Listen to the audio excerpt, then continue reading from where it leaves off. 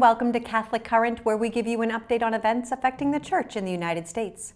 From Washington, D.C., I'm Mara Moser. On February 7th through the 14th, the Church will celebrate National Marriage Week. It's a time to focus on building a culture of life and love. Bishop Robert Barron, chair of the Committee on Laity, Marriage, Family Life, and Youth, sent Catholic Current a message about the importance of this occasion. This year's theme from the USCCB is Marriage, One Flesh, Given and Received. It highlights the significance of the Eucharist for the life of the married couple. It's also a timely theme that recalls the National Eucharistic Revival that's now in its diocesan phase. The Eucharist is at the heart and source of Christian marriage. For as Jesus gives himself to us, body and blood, soul and divinity in the Eucharist, so are the spouses to give themselves to one another in Christ. This week, the annual Catholic Social Ministry Gathering brought hundreds of people from around the country to Washington, D.C. Participants came from as far away as Alaska to meet with other leaders in Catholic ministry and explore how they can respond to pressing domestic and global challenges.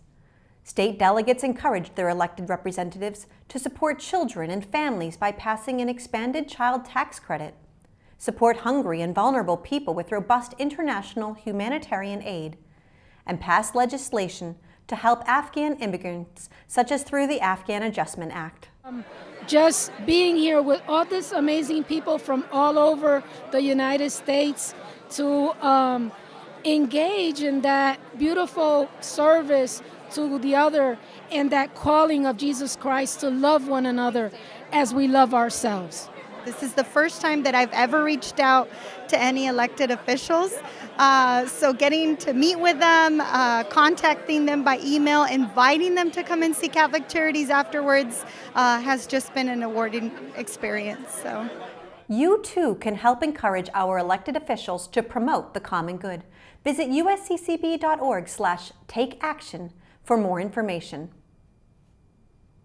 World Day for Consecrated Life will be celebrated in the Church on February 2nd and in parishes over the weekend of February 4th.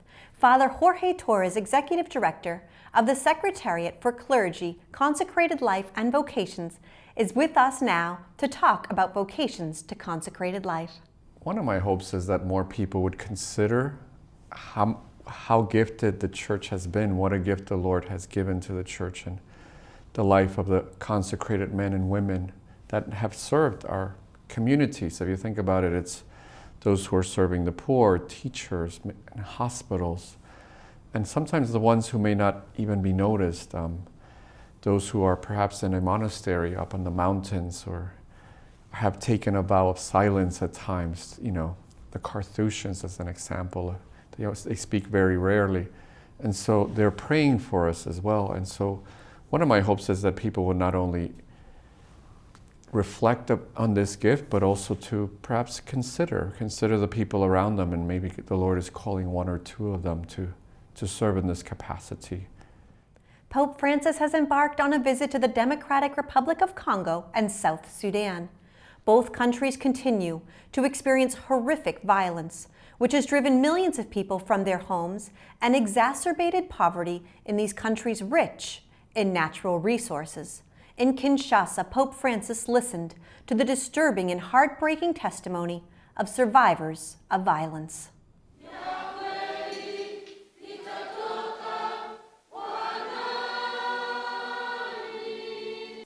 In Congo, February 1st, Pope Francis heard horrifying stories of victims of violence watching their families be slaughtered or being kidnapped or raped repeatedly by militia members in the eastern part of the country.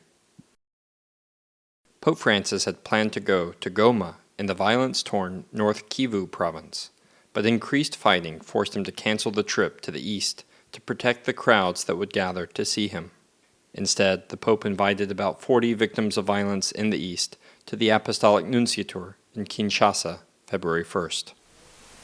Grazie per il coraggio di queste testimonianze. The testimonies, Pope Francis said, leave listeners without words. He said, quote, "We can only weep in silence," end quote. But he did use the meeting to express his closeness to all the people disappointed that he was not traveling to Goma, and, he said, especially to condemn the armed violence, the massacres, the rapes, the destruction, and the looting that continue to sow terror in the lives of the people of Congo. This trip marks the 40th international trip of Pope Francis's pontificate. Thanks for joining us for this edition of Catholic Current. You can find out more about any of this week's topics by visiting us online at usccb.org. I'm Mara Moser. See you next week.